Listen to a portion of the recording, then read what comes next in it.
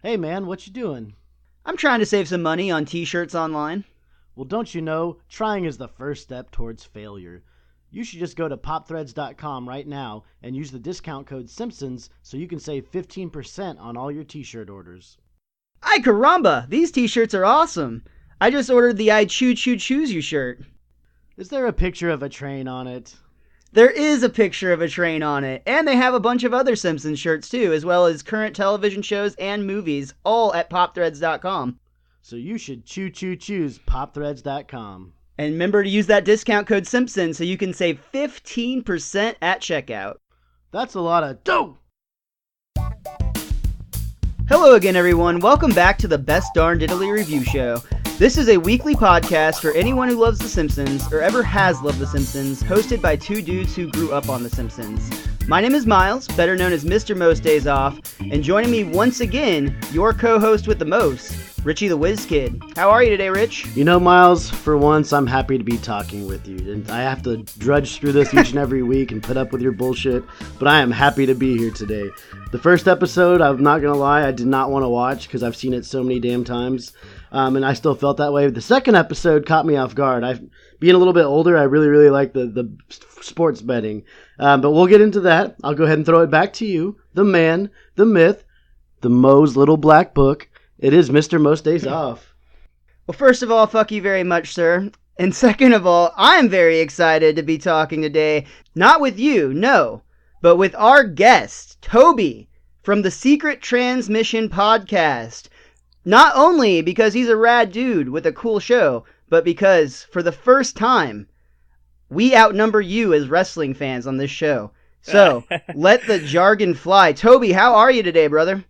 Oh, I'm doing pretty damn good. So, Toby, tell us a little about yourself, and also tell us about your connection with The Simpsons. Well, I do a podcast on, put your tinfoil hats on before I say it. We do conspiracies and mysteries and supernatural things and cryptids. I don't know. I don't even know what all we do. We do a bunch of just really weird stuff, and we usually try to we get the facts and the quote facts. So we try to figure out what's true and what's false, and we at the end of the show we usually try to decide what we all think. And it's just an open conversation. You might learn a thing or two, and we make a lot of bad jokes. So you'll fit right in. Yeah. I bet if we looked at your brain, it's going to be a lot of webs weaved up in there, aren't there? I don't know how you can separate truth from fiction in that regard. Oh, man, sometimes it's hard. It's really hard sometimes. So, you're a little younger than us, but I would say that you probably arguably grew up on The Simpsons as well. Okay, so when I was a kid, I don't remember what day The Simpsons aired, but I can tell you every night on Fox, The Simpsons would play at 10 o'clock at night. And that's what I watched going to sleep every single night. Every new episode that came out, this is going to show how old I am. My VCR, I would record on my VCR the newest Simpsons, so I could just watch them over and over and over. So nice. that shows you how old I am. And I used to love the Bart's Nightmare, the Sega Genesis video games. And hell yeah. We were just talking about Virtual Bart, if you ever played that one, just a few podcasts ago. Yeah, I think I have played that one. But my favorite was the Super Krusty's Funhouse. That is the best on Super Nintendo. I'll be honest, I think I was too stupid for that game. I could never figure out what the fuck to do. It's just a puzzle game, but, I was probably too stupid too, because my grandma used to play video games with me all the time, and I think she beat most of the levels, and I was just like, yeah, I did that. If I remember correctly, that game just starts and throws you right into the middle of it, and it doesn't give you any direction, and you just got to figure out what to do right from the get-go, and it was very frustrating as a child. Yep. That's how I always felt. It was like Lemmings, but without any instructions whatsoever. Exactly. Especially like when I think of a Simpsons game as a kid, I want it to be a little bit more than that. Like it's like, yeah, Krusty's cool and being in his funhouse is cool, but I want to skateboard with Bart. Dude, to be fair, I played the shit out of that NES versus the Aliens, Bart versus the Space Mutants, I believe it was. I played the shit out of that game, and I never once got past level 1 until I was in college. It was tough, man. It was real tough. I can still tell you one of the cheat codes from Super Krusty's or is it Krusty's Super Fun House or Super Krusty's Fun House? Either way, it's definitely one of those. Yeah, the code is Bartman. I don't remember what it does, but Bartman. But if you have that game, type it in, and it's going to do something for you. Right. I know that the internet's out there, and you can look up all the passwords, but Bartman. Yeah, that also shows your age, because we come from a generation where if you found out a rad cheat code, you shared it with everyone, and most people had never heard it before. That's right. It looks like in Japan it was Krusty's Fun House, but on the Super Nintendo it was Krusty's Super Fun House. That's just because Super Nintendo threw Super in every single game title. The Sega mode might have just been Krusty's Fun House too. I know that NES has just Krusty's Fun House, and then Super Nintendo has Super Krusty's Fun House or whatever it is. Yeah. Right on. Well, this is quickly turning into a bonus episode about Simpsons-themed video games, so how about we jump into our episodes? We're going to be talking about Radio Bart and Lisa the Greek. Let's go ahead and start with Radio Bart, which, by the way, welcome to 1992, everyone. This was the first episode in 92. It debuted on January 9th. The chalkboard gag was, "I will not carve gods," which I have to assume Bart got the idea from that gif they got from Mr. Burns a few seasons ago when he gave a blood transfusion. Probably where the idea first got in his mind. And the couch gag for this episode was all of the Simpsons jump on the couch and start bouncing around like it's a bouncy house, essentially. Who doesn't do that with their couch? True. The episode opens with Lisa dancing in front of the TV, and actually this is a really common meme that you see online now, the scene of Lisa dancing the way that she's doing. I didn't realize it came from this episode until we watched it today. You know, that's a good point. I was looking right at it, and I didn't even put two and two together on that. Did you notice that The Simpsons predicted something else? Obviously twerking. I had that thought while I was watching it. I was like, this is still relevant today. Yeah, the girl is twerking, and if you just see it for a split second while Homer's mouth's watering, but it's like, whoa, there's twerking in a 92 episode. Can we clarify that his mouth's watering on the TV and not on Lisa? Yeah. Yeah, right. Yeah. That'll become more relevant when we get to the changing room scene in the next episode, actually, because that's creepy. But I love the way that the reflection happened not only in his eyeballs but in his drool drops as they were coming out. I thought that was really fun animation. Yeah, Lisa's mimicking what she sees on TV with these women dancing, and Homer's ogling the women on TV. Dude, Homer is straight ogling. Like, he's completely mesmerized to the point where when Lisa asks for some money, he gives her $110, and when Lisa points this out, he's like, "Oh, sorry," and then hands him his wallet. Which, he's lucky that wasn't Bart, because Bart would have been, to the mall and back already. And Lisa's wanting to get a gift for Bart's birthday, too. That's what the money's for. Well, did y'all notice that you never see what the gift is that she got Bart? Oh, I never actually put that together. No, we saw a montage of bad gifts, but we never specifically saw what Lisa gave him. The cactus. I think she pocketed that money. Was it the cactus? I have no idea. I'm just guessing. It's going to be hard to top that cactus. Yeah. What I don't understand is Homer gave Lisa his wallet, and in a second when he sees an ad on TV and he wants to buy the gift for Bart, how does he pay for the gift? Because I know he doesn't know his credit card number. To be fair, he buys shit in almost every episode, so he might have it memorized. But he's always by now, staring or possibly even written. He might even have it written next to the phone at this point. No, I think it's like you, man, where he gets new credit cards to pay off old credit cards. And I'm not talking about recently. I'm talking 12 years ago. Oh, I was about to say. Yeah. To be fair, I did do that whenever it was. I have a tattoo that proves that point. Yeah, well. Young and dumb, you only live once, right? Isn't there a motto to that? It's young, dumb, and full of cum. That too. It is what it is. Well, at least dumb Homer is when it comes to seeing TV ads, because during this dance show that he's watching, an ad comes on for a radio transmitting microphone that will play your voice over any AM FM stereo. No, it's just AM radio. Which makes it hilarious to me. Yeah, whatever.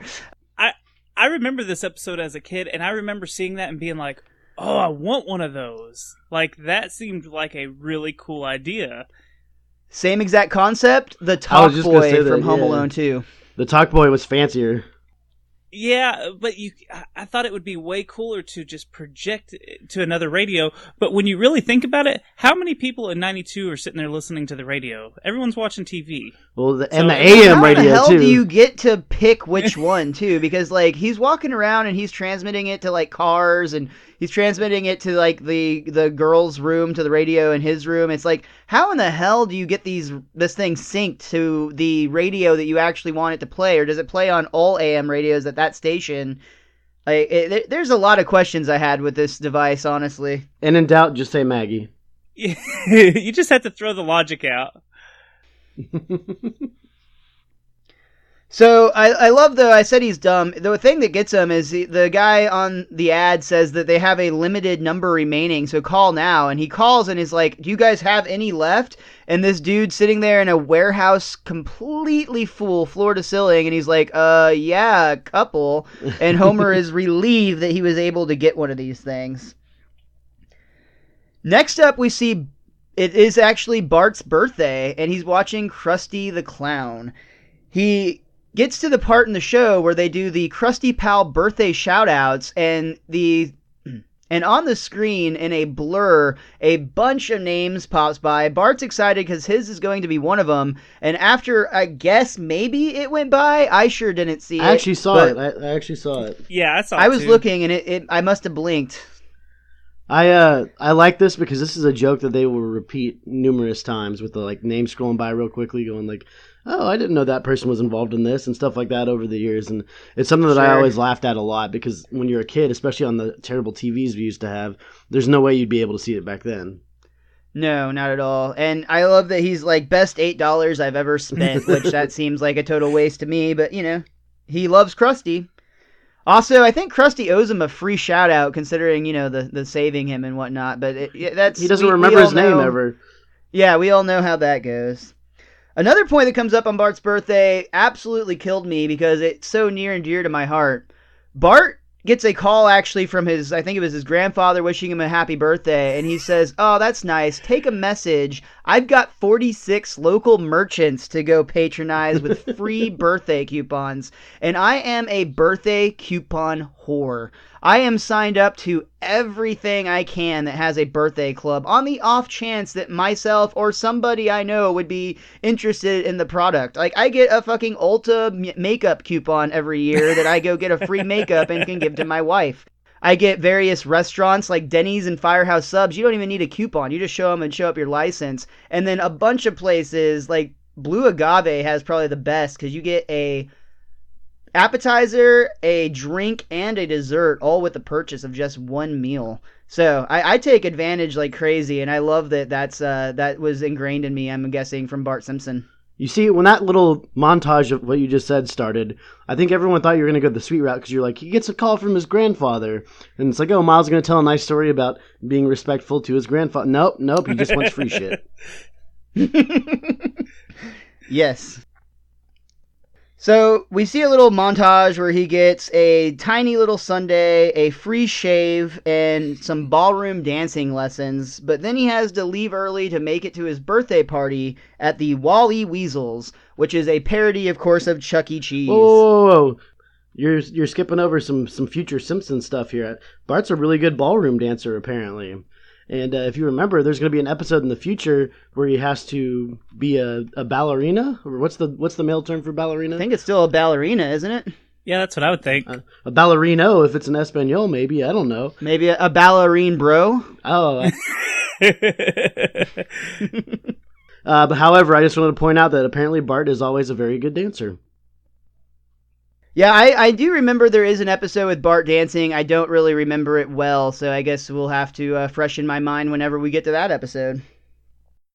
I did like at the Wally Weasels, another thing that just killed me because it's totally something I did as a kid. There's a little scene where they go by and Bart's kind of saying hello to all of his party guests, and he goes by Nelson, and he's standing at the top of the skee ball just dropping the balls in the middle spot. And I totally did that anytime I could get away with it when I was a child. I think even as an adult I've seen you do that, possibly. I really, like, and I'm not even joking. I think at some point in our friendship I've seen you do that, like over the age of 21, I believe.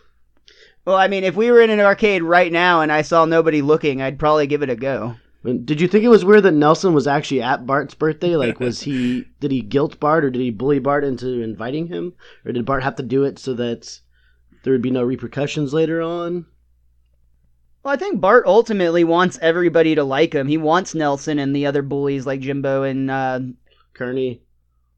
Yeah, he wants Jimbo, Ernie, Nelson, all those guys to like him at the end of the day. I mean, that's kind of his point later with the clothes. Well, yeah, in the next episode. Yeah, whenever he's like, if you're Marge is like, if your friends, if they were really your friends, they wouldn't care what you're wearing. You know nothing, Marge. There's future episodes where they talk Bart into doing all kinds of crazy crap, and he does want them to be his friends, even though they're assholes. Well, and a lot of times we see, too, Nelson is a much more sympathetic character at times than he initially appears to be with some of the ways that you see how he's treated. I mean, like, for instance, just a few weeks ago, we talked about Saturdays of Thunder. At the end of that one, Bart and Homer are complete assholes to Nelson, and when you keep it in the context that, yeah, he's kind of a dick kid, but he's still a kid, it makes you feel a little bit more understanding of why he is the way he is sometimes. Right. But yeah, Wally Weasels has a game called Larry the Looter, which looks like a fantastic arcade game for a child. And they also come complete with one of those creepy animatronic bands, just like they used to have at the Chuck E. Cheese, which, by the way, if you ever get a chance, check out the documentary, The Rock-afire Explosion. It actually goes through the history of how those animatronic bands came to be and how they came to be attached to Chuck E. Cheese, and they also show the current state, at least the current state as the time the documentary was made, which I want to say was somewhere around 2013. Wait, those things are still existing? There's actually private collectors that keep them now, and they've done some really interesting stuff with them, where they've programmed them to do their stuff to like more modern music, and like one guy rents them out for like birthday parties and stuff, and they've given them like a fresh polish and like an updated act, but ultimately, yeah, it's still the original parts. Those things have the creepiest eyes. Well, hell, I mean that's the whole concept of Five Nights at Freddy and all that stuff. Yeah, right? yeah. I'll be honest, I've only played as a demo of the first two of those games. I'm too cheap to pay for them because I only really play games on console, not PC. I know, go ahead and start hating now. But at the end of the day, those games look rad as fuck. Like, I really like the idea of that horror concept game. Our 7-year-old is addicted to it, so I've never played it myself. I just know that's kind of the idea. Oh, I wanted to add one thing, though, that I guess y'all both missed. There was a great character that when Bart's saying hi to everyone as he's walking through the pizza place, he says hi to a Toby. Just saying. You had a cameo in this episode. How appropriate. I did. So it worked out real well. That's great.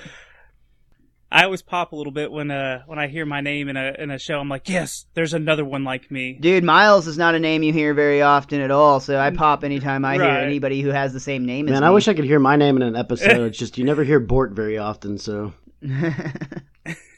Well, this is where we get to that montage that I was talking about earlier, where Bart just gets a string of terrible gifts, including a label maker, which, to be fair, ended up being something that he used a lot. Because after he got the gift, he literally started putting property of Bart on everything in the house, which one of my favorites was even one of the Duff beers, and Homer goes to the fridge and is like, oh no, it's the last one. Oh, and it's there's Bart's. only one can of beer left, and it's Bart's. That's probably one of the best gags in the episode, just because of how stupid it is. It's great. Definitely. He also gets that microphone, though, that we talked about earlier that Homer did, in fact, order for his son, but unfortunately, he's nowhere near as excited about it as Homer was. In fact, when Homer was kind of talking to Bart about it, he was saying, oh, I would have loved to have something like that, and Bart gets it, hands it to him, and is like, okay, here you go. Then we get a scene where Homer is trying to prove how awesome of a gift it is, so he goes around the house imitating the commercial he saw for it, and more or less screaming into the microphone, so it sounds awful. But fortunately, Marge realizes that's the case, and she takes the microphone to Bart's room and is like, look, this is actually pretty cool. If you don't yell into it like your father does, talk so loudly into it, I think it would work a lot better. And then she says, oh my, do I really sound like that?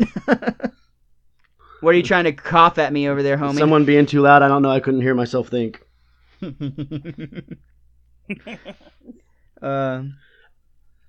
Oh, one other real quick Homer scene. I love at the same point, right when Bart's about to start playing with the radio and actually learning to love it.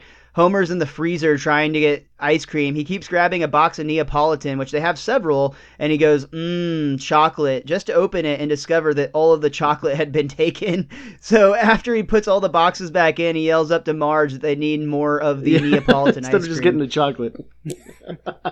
Which I really like the strawberry and vanilla mix, so... Oh yeah, the tri-mix is great. I was the kid that only ate the chocolate, so I understood completely.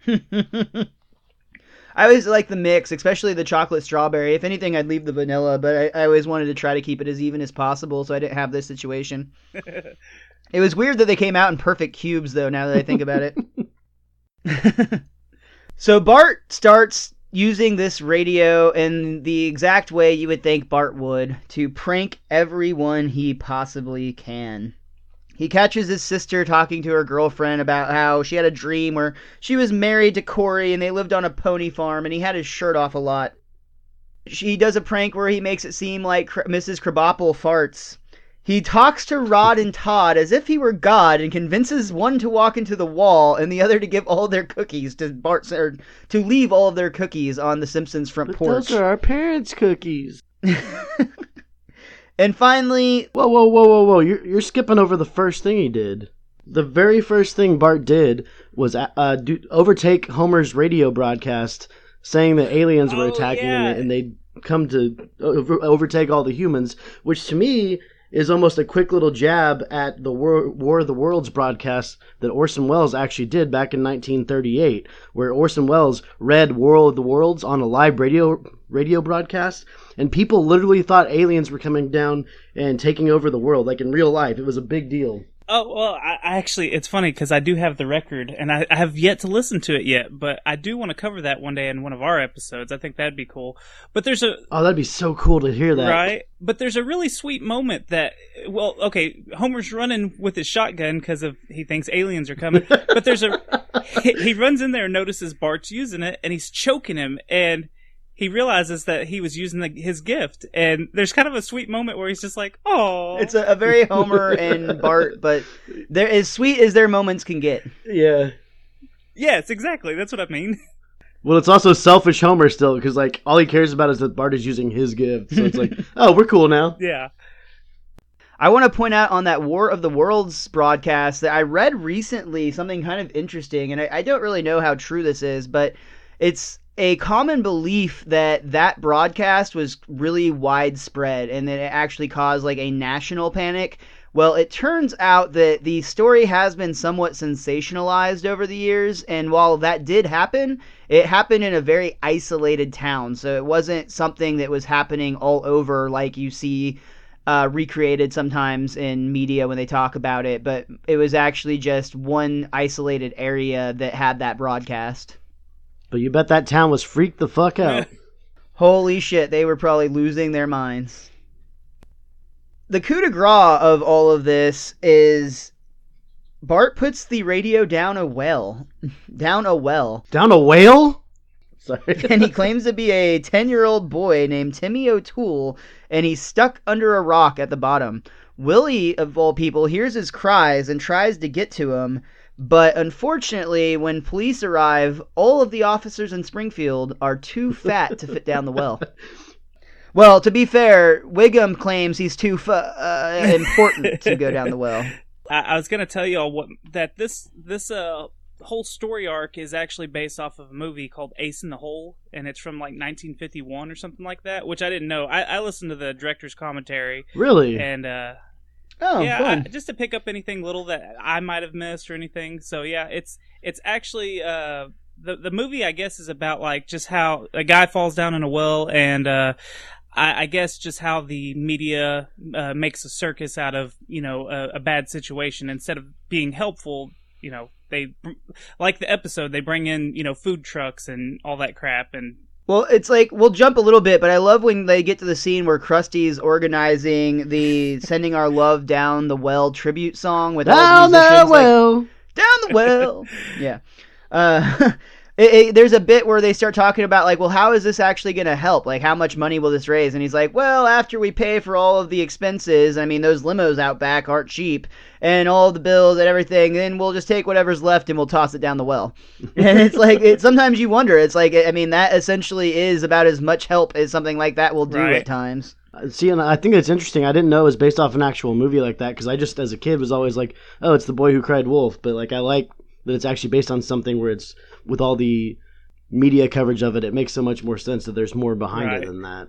To go with that, according to IMDb, it's actually partially inspired by a true story on October 16th, 1987, when an 18-month-old girl named Jessica McClure fell into an abandoned well, and rescuers did, in fact, dig a parallel shaft, just like they ended up doing, spoiler alert, on this episode, to rescue her.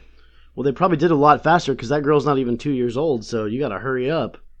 Yeah, they started that tunnel immediately. And honestly, I mean, Willie even says it at the end. We're jumping all over here, but when Willie yells out at the end, why didn't I think of that? That is the first thing that would have been done as soon as they realized that nobody could get down the well, as a parallel shaft would have been started almost immediately. But that would have kind of ruined the story. Right. I wanted to ask your guys' opinion on something. We're getting to where, you know, they're asking people what they can do to get down to the well, and you're seeing the quick little flashes of people with their ideas on how they're going to get something down to the well to get Bart out, or to get Timmy out.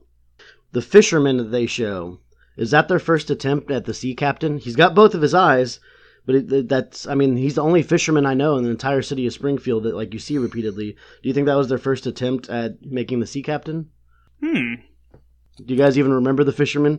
Yeah, no, they with the chocolate bar. I do remember the fisherman. I actually didn't get the sea captain nearly as much as I did the. I'm struggling to think of the name, but the guy from Jaws who's on the boat. That's who I got more of a vibe of. So you think they're doing a direct reference to something like that? Well, honestly, maybe it's both. Maybe it was a reference to something like that, but then they liked the idea of it, so they decided to give Springfield their own version. That's complete speculation on my part, very much like I think it is yours, but I think it's very interesting.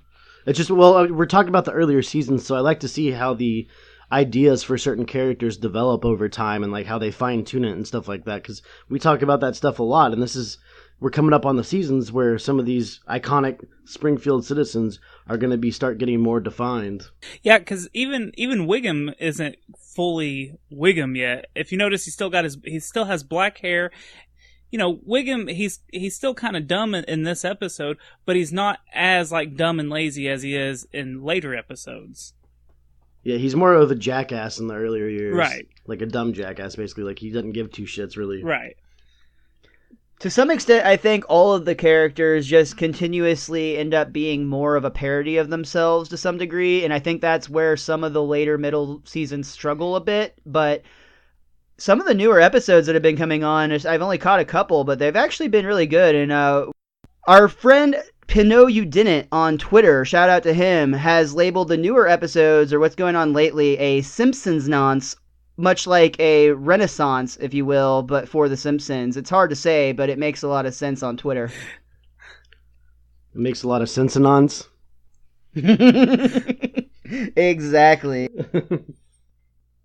So, you mentioned it already, but this is, in fact, a Boy That Cries Wolf story. And what ends up happening is after the town goes crazy, doing everything they can think of except actually helping Timmy O'Toole down the well, Lisa points out to Bart, I bet you were too stupid to not have put a property of Bart Simpson stamp on that radio you put down the well. And Bart realizes, oh shit, she's right, and jumps into action to go take care of it. And he basically plans to climb down the well himself, fetch the radio, and get out of there. Unfortunately, the stump he ties the rope around, when the cops come back who are guarding the well, Lou and Eddie, they are like, what is this? And they kick the rope off, and Bart falls to the bottom, and in fact, ends up getting his leg caught under a rock, just like he had pretended to do as Timmy O'Toole. Sweet, sweet irony. But I love how full circle it comes. You know, that stupid label maker, he hates it. He's just using it because he got it, and he's putting property of Bart on everything. It's such a throwaway joke that came back and was made the plot line actually make sense of, oh, this is how we have to get Bart down in that well, is because of this stupid label maker. They do such a good job with that in almost every episode, where these little details that they plant early come back and have big payoffs in the end. The best part is when Bart falls in the well and he gets trapped, he literally says, "What did I do to deserve this?" Yeah. Totally. I also want to point out an earlier scene when Lisa's watching Itchy and Scratchy, when they do their well tribute for Timmy O'Toole. Dedicated to Timmy O'Toole. Scratchy dies, and his ghost is floating up through the well where Itchy's at, and Itchy pulls out a real-life gun and shoots Ghost Scratchy and shoots his eye out. I don't understand how that works. It's not a ghost gun, I don't think. He's not a Ghostbuster, so that's just sloppy writing by Robert Myers Jr. I don't know, Toby, have you done an episode on if human weapons work on ghosts? Not yet, but I think I need to look into it now, just to make sure that the Simpsons aren't onto something. Yeah, you never know. Maybe this is a case of Simpsons did it. We just don't know it yet. Yep. Simpsons created it. There you go. Oh, man. So the town is basically just kind of pissed and embarrassed that they fell for this prank, and then they lose interest in the fact that there's a boy down the well that they don't really like as much as the other one, so they're really not as concerned with his demise at this point. They can't merchandise Bart like they could Timmy. Which is ironic in itself. Bart has a list of regrets because he starts getting sad to his parents, and he's like, oh man, I'm never going to be able to smoke a cigarette or use a fake ID or shave a swear word into my hair. It's all Bart-centric things. I love it. It's not like, oh, I'm never going to go to college. It's the mean crap he wants to do and bad stuff he wants to do. I like the interview that Homer and Marge have with Kent Brockman, and Homer starts crying, and he says, "It's not our fault. We didn't want the boy. He was an accident." And then he looks at Marge, makes her a little noise, and he goes, "Can you edit that last part out?" And Kent Brockman's like, "No." And then we get our classic, "Go!" I think as podcasters, that joke hit all three of us pretty hard, because the editing and live thing would be a total nightmare. Yep. There's really a really famous wrestling backstage interview. It was with Mean Gene Okerlund interviewing Psycho Sid, and Psycho Sid started his lines and is like, hey, can I do that over again? And Mean Gene is like, we're live, Sid. So he had to try to save it halfway through. Oh, you just got suplex city'd. Yeah, I remember that. You like what I did there? Is that your only reference to wrestling right now? I think I just added that one into my repertoire. I usually go with I go with a little DDP when I'm at work all the time. Actually, we get these non-harmful chemical boxes that come down, and they've got this diamond symbol on it. So whenever a bunch of them in a row come, I put my hands up in the air and raise one of my legs up and dance around for a second, and then slam my hands onto my knees. Nice. And when I first started, there was this one guy that was a lot older than me that knew what it was, but everyone else is 19 to 23, and they don't know what I'm talking about. Oh. Well, hey, shout out to DDP, and congrats to that man, because he is going into the Hall of Fame this year. I actually saw that. Yep. Yeah, I was happy for him. Yeah. I don't know what it means, but I was happy for him. It's actually the most fake Hall of Fame in any. I mean, it's about as fake as the sport is, so honestly, it kind of makes sense. But yeah, it's still considered an honor, despite some of the awkward lineage of the hall itself. Yes. Hey man, we talked about it before. The Simpsons are about to be in a certain hall that we'll talk about in a future episode. Yeah. So I mean, it's considered an honor. So good. We've done it before and we'll do it again, but shout out to the Wrassle Nerds who will be joining us in just a few short weeks to talk about that very episode that will be inducted to the Hall of Fame this year. Not the wrestling one. No, Homer at the bat. Well, Homer's had enough. He can't stand his son crying in the well, so he grabs a shovel and he starts digging it himself. Willie cries out, why didn't I think of that? And we get one of those classic moments where Willie rips off his shirt and he's ridiculously ripped. He grabs a shovel. He says, what's its name, Edna? No, that's Krabappel. I forgot what it was. Whatever her name is, he calls the shovel by name and says, let's get going. So slowly but surely, more and more Springfieldians come and start helping to dig, including Sting, who is still in sight to help out for that Sending Our Love Down the Well song. Which, by the way, according to IMDb, that was originally supposed to be Bruce Springsteen, but for whatever reason, he did not do it, so they got Sting instead. Must not be a Simpsons guy yet. Behind the scenes, or the director's commentary said that Springsteen was, at the time of the recording of, what am I trying to say? The director, behind the scenes director's commentary, there we go, that Bruce Springsteen was their white whale that they couldn't land on the show for some reason. So has he been on there since then? I feel like he has. I just thought that was a little interesting tidbit if it's still true to this day, because the DVD sets I have came out 5, 6, 7, 8 years ago.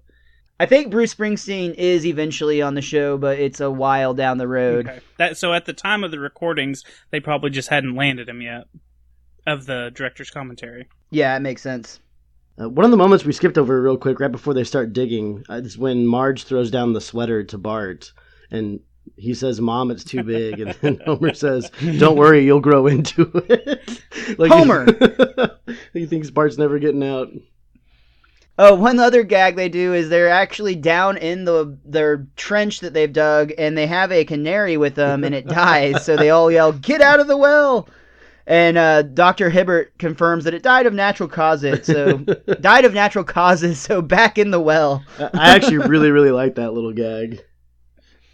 Finally, Sting is about to crack through the well wall, and Marge says, "You look awfully tired. Are you sure you don't need a break?" Sting replies that he would never quit on one of his fans. Marge is like, "Well, actually, I don't think Bart's ever listened to one of your albums." Homer is like, "Shut up, Marge, he's a good digger." But Bart instantly recognizes him, so maybe he is a Sting fan. Yeah, because he busts through the wall, and he goes, "Sting!" And then Homer pushes him out of the way real quick. Yeah. Oh, that's funny. Well, the town has a plan so that this never happens again. To ensure nobody ever falls down the well in the future, they place a sign that says "Caution Well." And the episode fades out as Willie says, "That'll do it." I think he's right, though. Has anyone ever fallen down the well again? Not in the 25 years since this occurrence happened, at least not that we know about, so that's a good point. The thing I like is in that last shot with Willie, if you notice, there's no hole next to the well. They literally just dug this massive tunnel, and all of a sudden it's just like green grass, and you don't see any digging marks or any part where they like patted it down. Oh, yeah. So, I mean, you got some groundskeeper there for sure. Willie's a good guy. That's a good point. That is a good point. Toby, was there anything else you wanted to talk about for Radio Bart? Yeah, I want to know where you get one of those "I Survived Timmy O'Toole Getting Trapped in a Well" t-shirts. We need to talk to Pop Threads about that, yeah. They don't have them yet, but that's a good point to talk about popthreads.com, where if you use the discount code Simpsons, you'll save 10% at checkout. They have a bunch of rad t-shirts, Simpsons and otherwise, and we should get on them about getting a Timmy O'Toole shirt. I just recently got the Beer Baron shirt a while back, and I freaking love it. I got the "I choose you" for Valentine's Day, and also love it. Was there a picture of a train on it? There was a picture of a train on it. That's great. So this episode, because I did listen to the director's commentary, and they talk about a lot of the shots that the director wanted to use, and like there's some really cool ones compared to this episode to the next episode, like how there's one part where the camera goes down into the well and stuff, which is a really cool shot. If you go back and watch, it's really, really quick, but it's beautiful. It really is. Like there's some really good shots, and like some how they zoom in on stuff. It's really, really it's a lot better than just the static, just frame by frame, just in the same area, but they do zoom in on stuff and the camera moves, and I don't know, there's a lot more to this episode than the next one that we're going to talk about. So this one, I don't know, I just wanted to point that out. No, that's a cool observation, especially to put it in context, talking about a cartoon show. So yeah, that's like, it's very normal to just go like frame by frame and not do any zoom ins, but for a cartoon show, that's especially in 1992 at this point, it's dope. I mean, it's a little bit different. Yeah, I watched the episode at first and didn't notice any of that. And when I was listening to the director's commentary, which I like to listen to director's commentary because of this, because you find the little things, like I said, like going into the well, it was such a fast shot that you don't notice it, but it's great. It's really great. And just like how when Bart falls into the well, that scene where it's a downward shot and he's just falling and he just kind of disappears into the darkness. Like, there's some really good stuff in there, that really good animation. That's cool. Richie, was there anything that you or that book of yours wanted to talk about for Radio Bart? Just me from a personal standpoint. Ever since I was a kid, I'm not like Miles, especially when I was a kid. I was never really a big fan of this episode because of the fact that Bart lies. And that's something I got from my dad. Like, my dad would never watch a sitcom show if the episode was solely based on people lying and then using more lies to cover it up. And he kind of instilled that on me. So, like, seeing Bart do something that, like, he knows is too far, it makes me not like it. But at the same time, like, at least he gets his comeuppance in a way. But it's still, for some reason, I don't know why, it was just never one of my favorites. And I think it might also have to do with the fact that it was on the TV all the time. But my book, The Simpsons, A Complete Guide to Our Favorite Family, does point out a couple things. McBain, also known as Rainier Wolfcastle, when he's recording his part of We're Sending Our Love Down the Well song, he's actually carrying his gun on his side. So he's in full McBain mode while he's recording the song. Or maybe he just lives in an open carry state, like Texas. But he doesn't, because they're not in Texas. True. He just thinks he's above the Texas. law. The video games at Wally Weasels. We heard Larry the Looter. There's also other ones, including Time Waster, Coffee Fiend, The Touch of Death, which is from a previous episode, and Comic Shop. So all these they all make sense in a weird way. So I just wanted to point that out. The last thing I have for this one is just one more fun fact, and that is Argentinian rock band Timmy O'Toole took their name from this episode, much like we talked about is rumored for the band Fall Out Boy with the Radioactive Man episode we talked about earlier this season. Nice. I think that's going to do it for Radio Bart, but we've still got Lisa the Greek to talk about.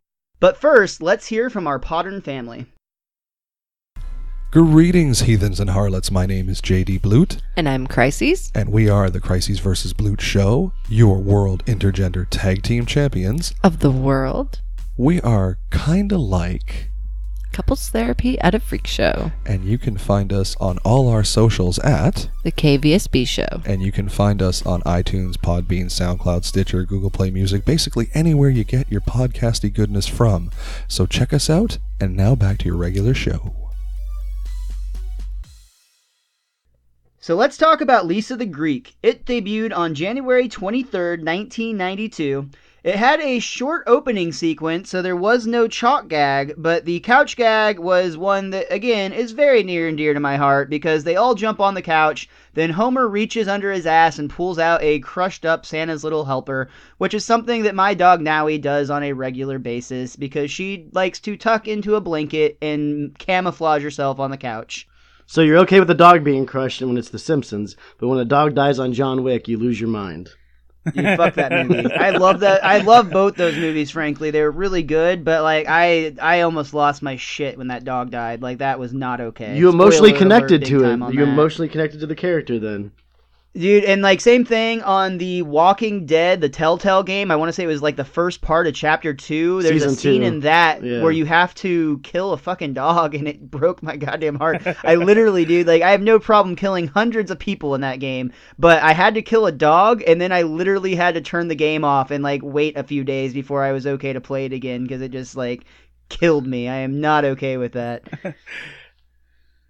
This one opens up with an episode of Inside Football Today, and I love that the opening animation for this is a football player clotheslining another football player to the point of decapitation.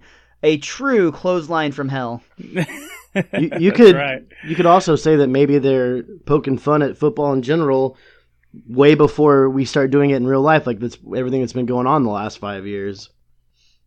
Oh, I think it was definitely a jab at the idea of the violence, the sensationalized violence that Americans are into a lot of the time.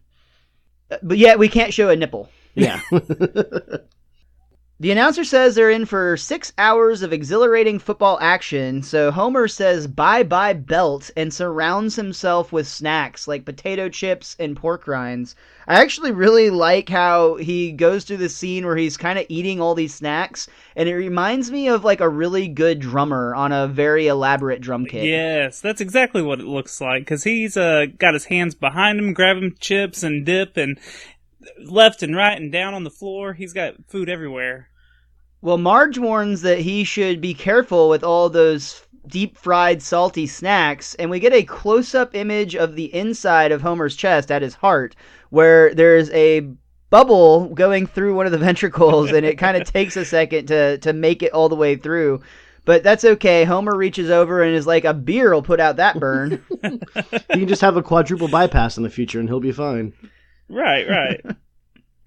Homer's listening to some football sports betting experts suggesting who to gamble on or not gamble on. And despite the fact that this guy basically said this one's too close to call and he's only picking because he has to, Homer still bets $50. Smooth Jimmy Apollo.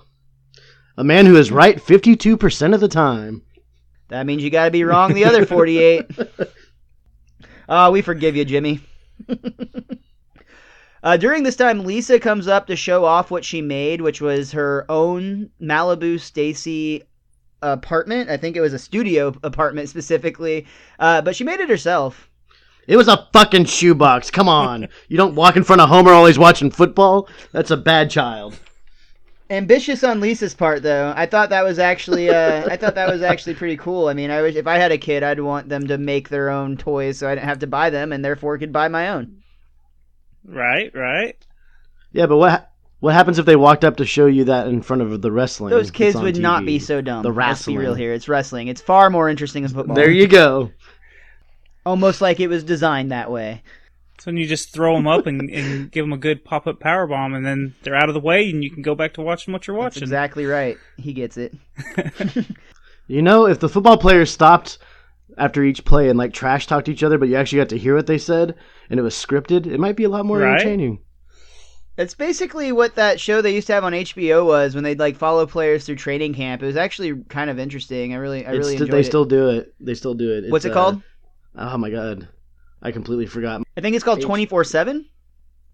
No, that's the wrestling. That's the WWE Network version. That's what they like did a rip off of that, and that's what that one's called. So I don't know. It's called something.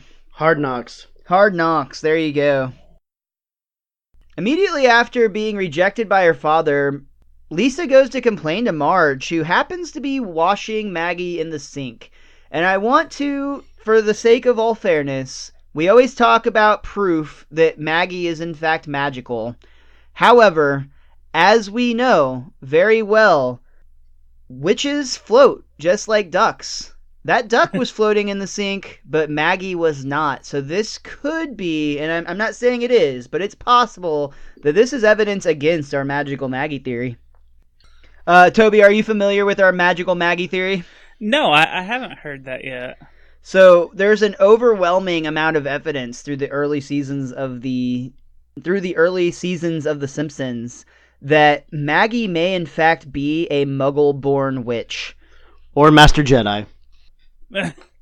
Well, I mean, what if the water in the sink isn't that deep?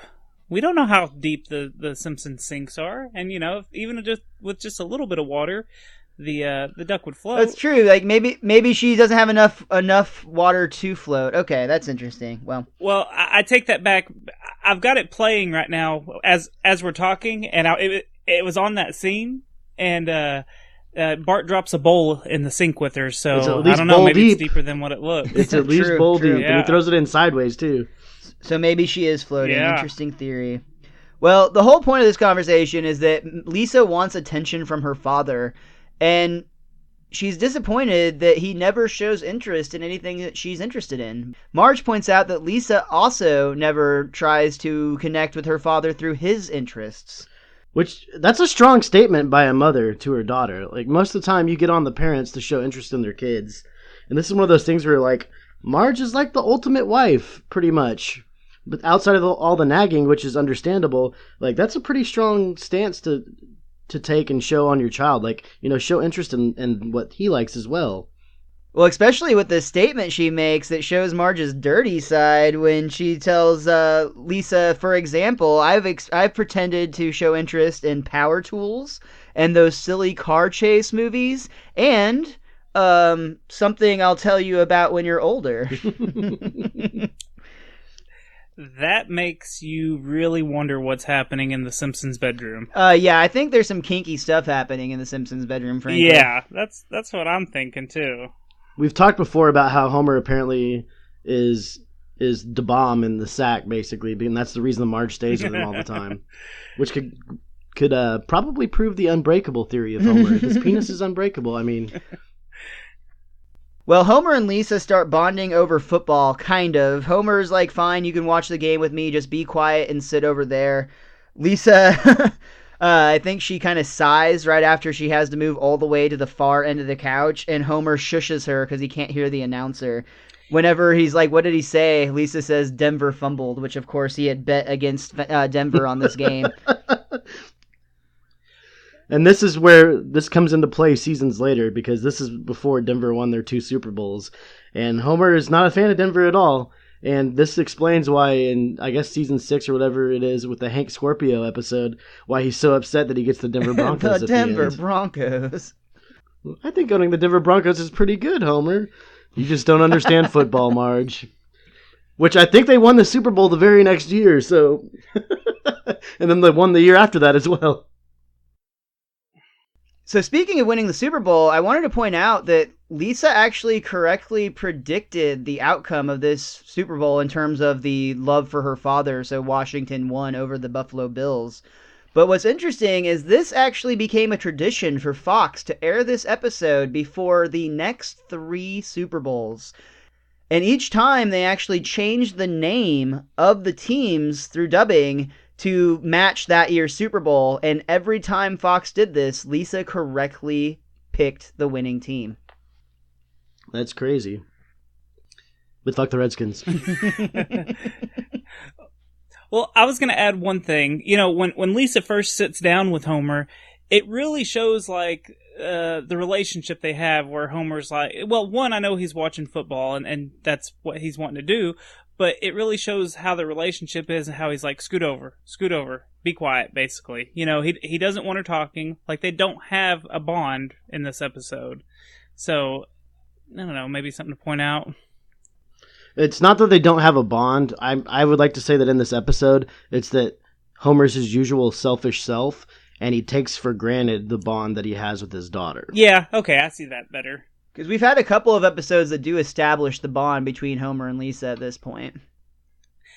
See, and that's one thing I don't really care for these Lisa episodes like this, where Lisa and Homer are trying to bond, because they do it so often. It seems like, like it's like every 10th episode, Homer and Lisa have to bond with each other, and they have to act like they're strangers to each other, and they don't know anything about each other hardly. It's funny you say that. Richie and I commonly talk about the fact that when we were younger, we really had almost zero appreciation for a lot of these Lisa episodes. It's not like they were terrible, but they were by far our least favorite episodes. Taken away from Bart. They took away from Bart and Homer, which are more interesting. I guess Homer was involved, but he was least interesting when he wasn't scheming with Bart. But right. Regardless, we find a lot of the times, though, as we watch them now that we're older, we see them in a different light, and sometimes we like them more than we remember that we did, but overall, I still have to say that they are the weakest Simpsons episodes. Right. I might lean towards some of the Marge ones still on that, but that's true. I want to hold off on that since we're reviewing them all, because I've seen my mind changed already within the first 2.5 seasons, and this is an episode I didn't have fond memories of, but rewatching it, especially being older, and as much as I love football, like, I found myself appreciating a lot in this episode much more than I did as a child. I would concur with that as well. It's quickly apparent that Lisa has a knack for sports betting. And This is something that Homer can really use because he currently watches all these shows where I find it funny. He took the 50-50 bet, but then whenever somebody was giving it their lock and their shoe in and their basically I can't be wrong of the week pick, he's like, I don't know about that. So he ends up calling some hotline that's like $5 for the first minute, $2 for every minute after that. And the person on the other end, like we've talked about in the past on this very show, he's talking so ridiculously slow as to draw out this call as long as possible. And I love what Homer says while he's trying to like hustle the guy along. It literally sounds like the sloth from the movie Zootopia. If you've seen that's that. a great analogy. Yeah, great it's almost the exact same pace and cadence. Simile. Sorry, simile is the correct terminology there. My bad. It's all good. Thanks for your call. But yeah, so Homer yells out during this, "Don't you realize this is costing me money?"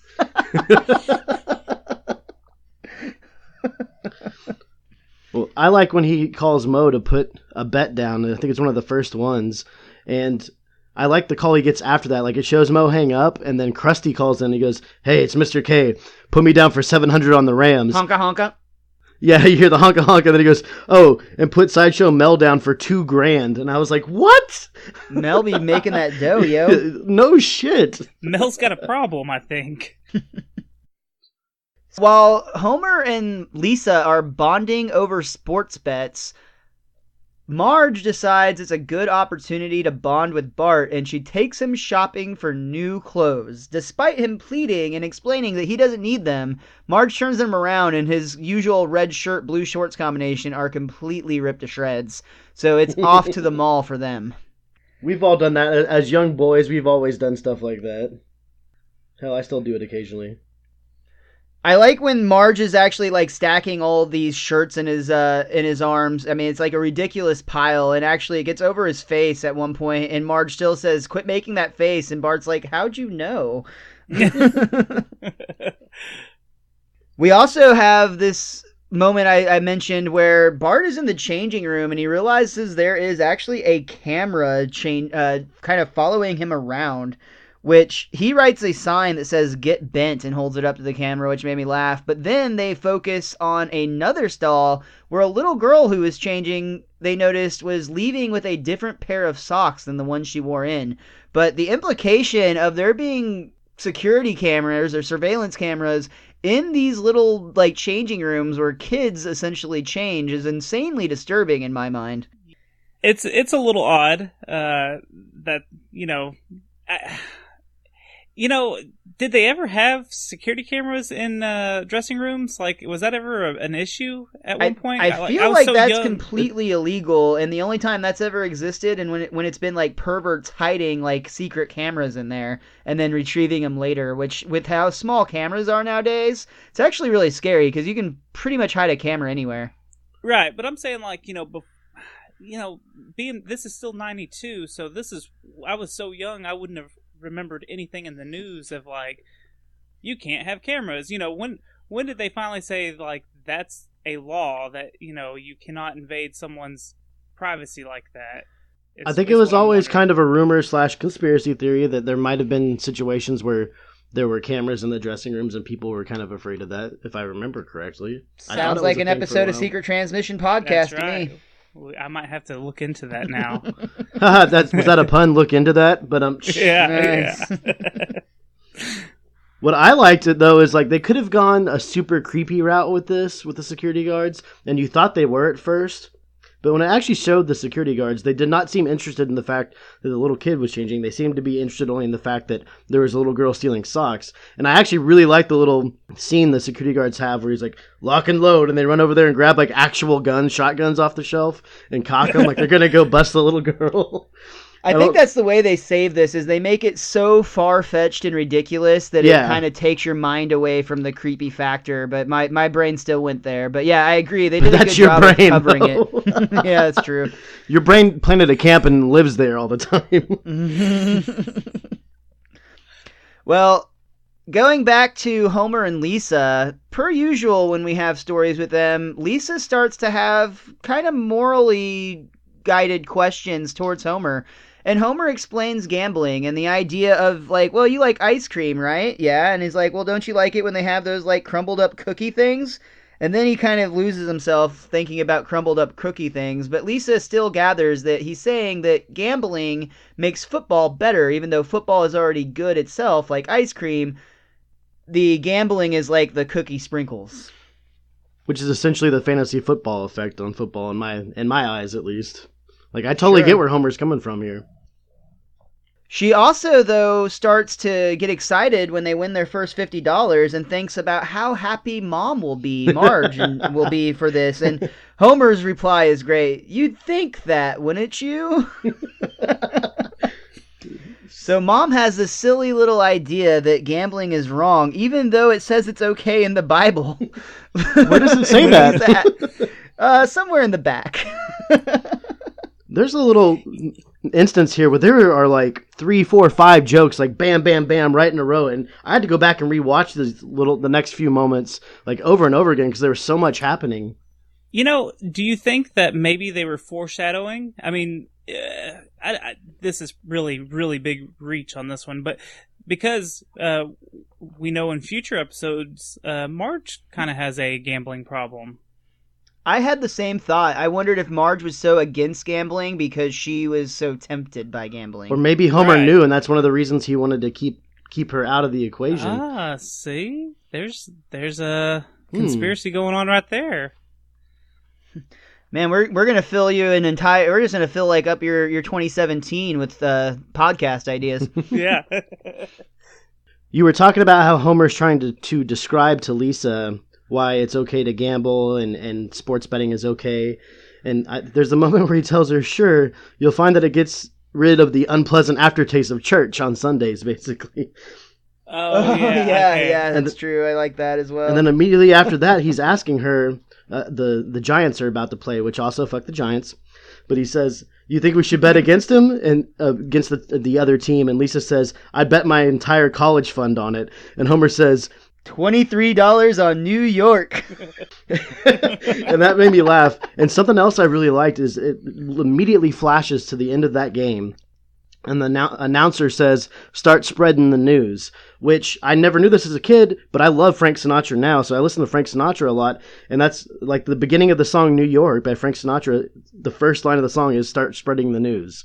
So I thought that's kind of a cool... There's been a couple times I pointed out they do little Sinatra tie-ins that I never knew about as a child. Now it's like, I guess there are Sinatra fans on staff. Very cool. I love Old Blue Eyes myself. All right. So, yeah, I'm a big Frank Sinatra fan, too. That's a cool little nod. I like that. I mean, I could be wrong, but I mean, it makes perfect sense. I like this joke they have after this where they start talking more football, basically, and Homer's like, well, who do you like? And Lisa responds, I like the 49ers because they're pure of heart. I like Seattle because they have something to prove. And I like Oakland because they cheat. And then immediately after they jump to the end of the call of the Raiders game and they go, and on a very suspicious play, the Raiders win. Oh, I didn't catch that. Dang it. That's a good one. Which also fuck the Raiders. Man, they're using all my least favorite. I'm a Cowboys fan first, Broncos fan second. So if anybody out there is wondering, that's why I'm saying fuck the Redskins, fuck the Giants, fuck the Eagles, fuck the Raiders, fuck the Chiefs, and fuck the Chargers. Everyone else I'm okay with most of the time except the Patriots. That's like half of them. Well, that's what happens when you have teams in your division. Fair enough. I dig when Lisa goes to the library to get even more well-versed on the game of football so she can really help and bond with her dad. But as she's looking through the file, like I can't remember what that thing is called. It's old. When you're looking up your book in the Dewey Decimal System, the catalog, the card catalog, that's what it is. Jeez. Well, Lisa is going through football and she's flipping through things of like homoeroticism in football, weird Canadian rules. But like the bottom line is she now has a thorough understanding of football. She probably understands it far more than any of us due to how smart she is, and definitely more than Homer. Well, if there's one part where Lisa's talking to Homer about why she's betting on a team, and she says, I think it was the Houston or something, and she said, a game after they score 3 or more touchdowns when they're on the road after an in-conference game, they've lost the last 3 times. That's the kind of shit they talk about like on ESPN and all the fantasy football shows. Like those are the stats that people think are meaningless, but they actually do mean something. But in 1992, for somebody doing this, especially when you don't have the kind of coverage that you do now with all the football shows, I see a football show on my TV right now, like they're on all the time. And it's just, in 1992, it's crazy to have all these stats locked down. And again, it's really just smart writing. But I'm sure there are people doing it in 92, but it wasn't as mainstream as it is now. Sure. Well, all this football, and as good as Lisa's gotten at it, has really brought Homer and Lisa together. They actually refer to Sunday as Daddy-Daughter Day. And when when Homer goes to the bar, he says, the usual, Mo, a beer and a wad of cash, because he's taking so much of Mo's money because of Lisa's help. They actually end up going out to a very fancy dinner. And Marge is very hesitant because of how expensive the place is. She actually mentions that at these prices, we can finally get rid of the termites in our house. But Homer wants to spare no expense. This is the Gilded Truffle, by the way. The Gilded Truffle, which we all know as Simpson fans, that's like the big fancy joint in town. Fanciest of restaurants, for sure. Bart orders off the wine menu after insulting it. and I really actually, this is kind of sweet, when Homer calls over the violinist and asks what Lisa's favorite song was, which I believe it was some sort of blues. It was the Broken Neck Blues. Yes. And he pays the violinist to play it for Lisa, which of course makes But her he didn't say violinist. Didn't he say like violin guy or violin dude or something like that? Yeah, he does. I think he does call him the violin guy. You're right. So it's like they're being snobby, but like it's so obvious they don't belong there still. After this, they're back to the football, and there's this great little visual gag they do real quick on the TV where they're talking about a real fan who's out there in nothing but a G-string and his team's painted colors on his body in 5-degree weather. And he's got like a frozen icicle coming out of his nose, and they're just like, wow, he looks uncomfortable. And then Lisa makes the smartest decision of her entire life. She bets on the Cowboys over the Bears. I like that they actually have Lisa call this one in to Mo, and she does like a 3-way parlay bet. Yeah. But this is where we get to our crisis of the episode. We all knew it was coming. The following week That's is what she said. Bowl. Oh! The following week is the Super Bowl, and sure enough, while Homer was at the bar, he actually made plans with Barney to go bowling the week when football ends. Lisa asks. Let me ask you a question. On a mountain high. Lisa asks if he would like to go on a mountain climb up to the top of, what is it, Mount Springfield or whatever it is. And she mentions something we talked about last week, that it's at that altitude there's a beautiful view of the Springfield tire yard. The tire yard fires. But as you can imagine, this when Homer reveals that he has plans after football, Lisa's distraught that her father was just using her to make money. Yeah, my issue with this is, I've been out to the bar with my friends before, and after you have a couple drinks, everyone starts going, oh, we should hang out tomorrow, we should do this, or, in 2 weeks, we should go do this. But none of those plans ever actually work out, with the exception maybe about 15% of the time. And you would think Homer would have an easier time canceling with Barney than he would canceling with Lisa. But again, it gets back to him. It's selfish, man. I know, but I was going to say it's also story driven, and it pushes the story forward, because if he called and canceled on Barney, then him and Lisa's relationship would remain the same, which would actually be a bad thing, because it needs to go through this in this episode, because he is using her just for the money. So you have to have that turmoil and that rising action so you can get to the eventual conclusion, basically. Makes sense. I do that sometimes. Once in a while. Before the reveal of Homer bailing on Lisa, I forgot they did have a moment where she was presenting in class the happiest day of her life, and she talked about 3 weeks ago when she was betting on football with her father, and one of the teams covered, or One of the teams kicked an unnecessary field goal that ended up making them cover the spread, and her teacher was just like, "Oh my god!" Well, before that, you also have the part where it cuts into the happiest day of my life with Ralph saying, "When the doctor said I didn't have worms anymore, that was the happiest day of my life," which might be one of the first true Ralph lines we've gotten. We've had at least one other episode where he was really developed, but he's getting there slowly but surely. Yeah. I also forgot to mention that Homer had bestowed a lot of gifts upon his family. Like every accessory for Malibu Stacy he got for Lisa, I think, except for the Lunar Rover, because they were out of the. Well, that little coat that he gets her in a little while. He didn't mention that at that point. A chinchilla coat. Yeah, you're right. Maybe that was new. But Lisa actually gives every bit of it away when she discovers that her father was just using her for money. What I like is Maggie proves again that she's the smartest Simpson because she gets the little stuffed animal elephant and immediately starts playing with the bubble wrap. Like she is the smartest Simpson. Come on now. But after finding out about her dad using her, essentially, Lisa has a really dark dream where she's actually she looks like kind of like a worsened version of Mrs. Krabappel. And she's sitting at a table, I want to say it was a blackjack table, and she's trying to gamble her ring. And she talks about how she's been gambling since she was 8 and hawking stuff since she was 10 or something like that. I want to add something in there. An old movie and cartoon thing is when you're a bad person, you smoke cigarettes. Yeah, she's smoking a cigarette right there to show that she's, well, I don't know if it's necessarily to show, but that was one of the old techniques. Old bad guys smoke cigarettes, and if you watch old cartoons, bad guys smoke cigarettes, and she's smoking a cigarette because she's an old bad gambler that's gambling everything away, and she just looks old and wore out, and she looks. This terrible. Is about the time where cigarettes started becoming a no-no in television too, like the earlier times in that. But yeah, if you think about her without the cigarette, it doesn't seem as bad.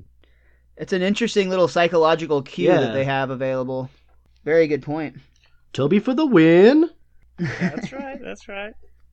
But yeah, immediately after that, she wakes up and realizes that she doesn't want any of these Malibu Stacy accessories that she received. She actually announces out her window that she's giving away all of the ill-gotten accessories that she received, and every girl in Springfield rushes to her house. This is actually when Homer brings up that chinchilla sweater or coat or whatever it was to try to make peace, and another kid runs back and grabs that too. And it's actually on a tiny hanger, which is awesome. It's on a tiny hanger, and the girl yanks it off and leaves the hanger in his hands. What I find to be interesting, and I bring this up all the time whenever there's a Lisa episode, is we'll come to know her down the years. She always is the one that has the conscience and has morals behind her, yet she's the least religious for the longest time, especially in a true Christian sense. I mean, she is religious in other regards. She becomes Buddhist later, but that's a very secular-based religion in itself. But I just always find it kind of cool how they make the least religious character the biggest moral compass on the show outside of Marge. But I could argue that Lisa has a stronger moral compass. And I always find that interesting, and that, I mean, again, it's the writers. It's giving characters depth and giving them other things to do, and I think it's very cool that they do that, though. Damn it, did I just appreciate Lisa's character? Well, Super Bowl Sunday is upon us. It comes down to Washington and Buffalo. And Homer tries to make peace with Lisa and get her to watch the game, but then he's like, well, I guess could you tell me who wins? And Lisa realizes he's still just out to use her brain. She tells him that Washington will win, but she also mentions that she could be so furious at him that she wants him to lose a lot of money, meaning that Buffalo would win. So it comes down to, if I still love you, Dad, Washington will win. If not, then Buffalo will. So Homer now has the biggest gamble of his life on this game without putting down a dime with Moe. Which mostly because Moe wouldn't let him. That was a great moment, by the way, too, where Moe is given a beer to Barney, and you find out that he's not allowing Homer to bet, and since nothing's going to be lost, he takes the free beer back from Barney. I love that exchange. But I wanted to throw this question out there. If Buffalo would have won this game, do you think Lisa would actually go through with not loving Homer? I think that she meant in that moment more than anything. I think eventually she would have forgiven him down the road, but I think that in that moment is what she specifically meant. They expanded it a little bit more to make the scene more meaningful, but I think ultimately that was her intention. Well, I think that Homer would have been so miserable and distraught that she would have probably forgiven him. Like, if Buffalo lost, Homer takes things so literally that I think he would have been so upset that it would have been okay. But the one last thing I wanted to point out about this scene, and it might be the first time she's done this, Lisa is incredibly pissed off because she actually calls Homer in the scene. She always says Dad, but when she realizes what Homer's doing, she says like, oh, you're still the same person, Homer, or whatever it is, or no, thank you, Homer. She says something along those lines. Ooh, I didn't even catch that. That's a good point. Yeah, I made note of that because she never calls him Homer. That's a really good point. I also want to briefly mention the Super Bowl brunch spectacular that Mo has available for his patrons. Barney is the only one that seems to be appreciating it because he goes up and he sees an unopened package of bologna and a package of Wonder Bread and exclaims, "Bologna! Bread!" and is as happy as can be.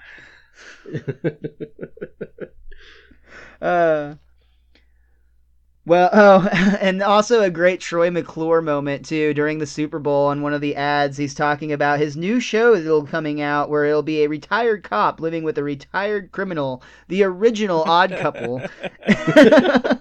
And when asked about why he would do it, he mentioned a few things, but then is like, and some financial, basically lawyer trouble is what it came down to. He was out of money is what he ended up being. In some trouble with the IRS or whatever he said.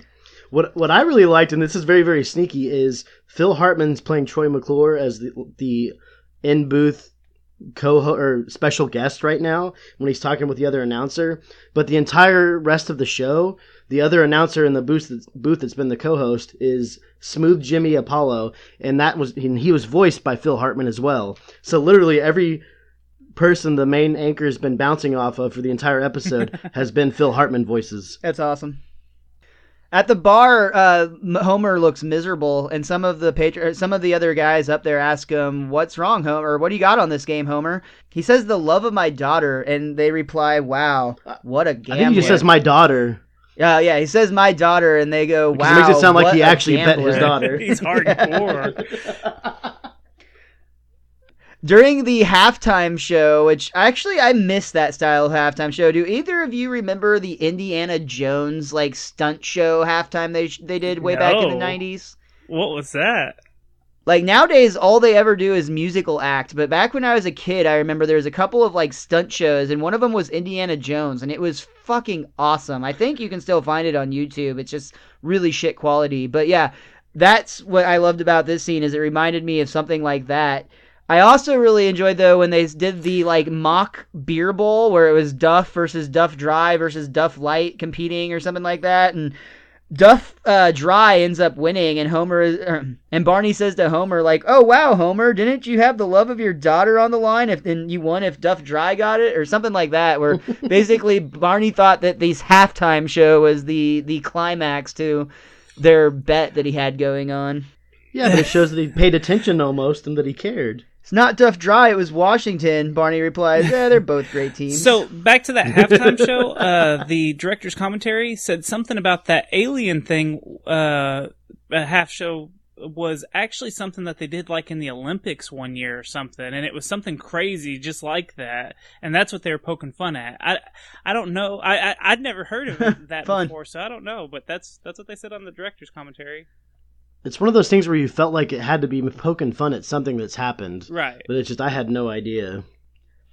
I have to mention the church scene where Reverend Lovejoy mentioned that, I guess a couple of you were able to resist the temptations of the big game, and one of the only people in the pews yells out, "Oh my God, I forgot about the game," and goes sprinting out of the church. Which that would never be a real concern nowadays, because the Super Bowl started at what in Central Time Zone this year? 4:30 this year, I think. It was either 4:30 or 3:30, so that really wouldn't be an issue anymore. But I don't remember in the 90s. It might have been earlier in the day. I think it all comes down to where they play. Oh no, I think it comes down to TV audience. Yeah. They're gonna put it at a time so they get the most viewers, because that's how they make all the money for all the sponsors. That's right. I mean, It's all the about Super money. Bowl. It's gonna get viewership regardless of where you put it. Yeah, but they want it to be like if they wanted it to be where they played in Houston this year, and they would put it at 7:30 Central Time if they were worried about just where it's played at. It's all about the money. It's all about that base. Everything's all about the money. Yep. The Super Bowl comes to an end. Washington wins. It seems all is well. Lisa loves her father. Homer has a moment at the bar where he says, money comes and money goes, but what I have with my daughter could last for another 8 years. They do have a moment where they actually do hike up to the mountain together, but Homer is so exhausted and out of breath that he actually says in a gasped, struggling to breathe way, when I catch my breath, can we go home? And that closes the episode. Toby, was there anything else that you wanted to talk about for the episode Lisa the Greek? No, not anything I could really think of. I mean, I feel like this was an okay episode. You know, to be honest, watching these older episodes, because I haven't watched any old episodes in a long time, it was a lot more refreshing rather than what they put out now. Because what they put out now, it seems like there's 6 things that they have to do, and they're all over the place with the story until you find out. I hate to say it, but it reeks of Family Guy. Yeah, nowadays. But this is just a straight up, like, yeah, there might be a B story, but most of the time, you know, there's a main story, there might be a B story, but it's from, you know, okay, this is what the whole episode's going to be about, and it was very refreshing watching both of these episodes, even though, like I said, I wasn't a real big fan of this one, the Lisa one, but it was nice not having so much crazy shit happen before you get to the actual plot line of it, you know? So that's all I really have to say. Like I said, it was a good episode, it just didn't do it for me. Totally understand. I enjoyed it, but I personally thought Radio Bart was considerably better, as much fun as this one was. Richie, was there anything else that you or that book of yours wanted to talk about? Well, first of all, we said this at the top, but I go the opposite way of you guys on it. Radio Bart's actually one of my lesser favorite Simpsons episodes. And obviously, like, this one had to do a lot with football, like we said. So I think that definitely played into all of our enjoyment overall with it, especially, like I said, being older and understanding a lot of what's being said. I did want to point out, when they did the little snippets of people watching the game all over the world, when they said 151 different countries are watching it, they cut to France, where the 2 French bandits from season 1 were already out of jail, and they were watching the game. So I don't know how they got out of prison. Actually, they were bored by the game, and they turned the channel. Yeah, but I was pointing out the fact that they were already out of jail. So yeah, that was really cool, though, that they had the same 2 guys there. For putting antifreeze inside of wine, they sure did get off pretty quick. And then, if you wanted to know, when Mo pulled out his black book, he had Homer betting $20 on Denver. He also had Barney betting $5 on Pittsburgh, and Smitty betting $12 on New Orleans. I don't remember who Smitty is. I always picture him to be the guy in the hat and glasses that's always at Mo's Tavern, but I'm not 100% certain. And then maybe Smitty is Smithers. Ooh, I like that. They all do go by code names, like Mr. Yeah, K. exactly. And, this is LS and HS. Yeah. He did write Barney and Homer down, but he probably wasn't too worried about them getting in trouble. It also points out that in Mo's Tavern, Herman is seen holding a pool cue. Which, how is he playing pool? He only has one arm. Now, we have a friend, Miles and I have a friend that only has one hand, and he's better at pool than I'll ever be. He can whoop my ass. Shout out to Tyler. Yeah, what's up, Tyler? But he has a whole other arm, so he can rest it on his arm. Herman only has one arm, so I have no idea how he's playing pool. I do have one thing I was going to ask you guys. So, when they're in the bar, all of Mo's mugs say Mo on it. And I've never noticed that before, and I don't know if it was just this episode or maybe just earlier seasons. But am I misremembering that? I remember when they stole Cable back in season 2. I think it was Homer versus Lisa in the 8th Commandment, if I'm remembering correctly. There's a point where Homer is having to hide all of the various things he stole from people because they were all coming over to his house to watch a big fight. And one of the things was the Mo's glasses, and I think they did in fact say Mo on them. I think I vaguely remember that. I just don't remember it in like later episodes in the bar. So I don't know. Maybe that's something you guys can look for to see if they ever stop doing that. Maybe it's a Mandela effect. Yeah. The issue is that Homer stole so many of them that Mo only has one or two that still say Mo on them. There we go. He's just using all generic replacements now. Yes, exactly. It makes perfect sense if you think about it. Totally. All right, well, I think that's going to do it for this week's Best Darn Diddly Review Show. Let me just say a big thank you to Toby from the Secret Transmission podcast for coming on the show, man. We had a lot of fun talking to you today. I hope you had a good time as well. You are welcome back anytime. Well, I appreciate you letting me get to nerd out and talk some Simpsons. Absolutely, man. Why don't you go ahead and take a moment and tell everybody where they can find you on the internet? You can find our show on iTunes, Stitcher, Satchel, Google Play. We have a YouTube channel that where we play. You can find YouTube versions of our show, is what I'm saying.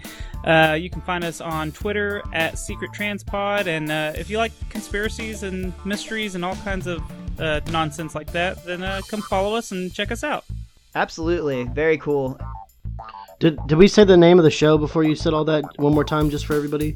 Yeah, Secret Transmission Podcast. I'm sorry. I'm very bad at self-promoting. I just want to make sure we got that in there for you.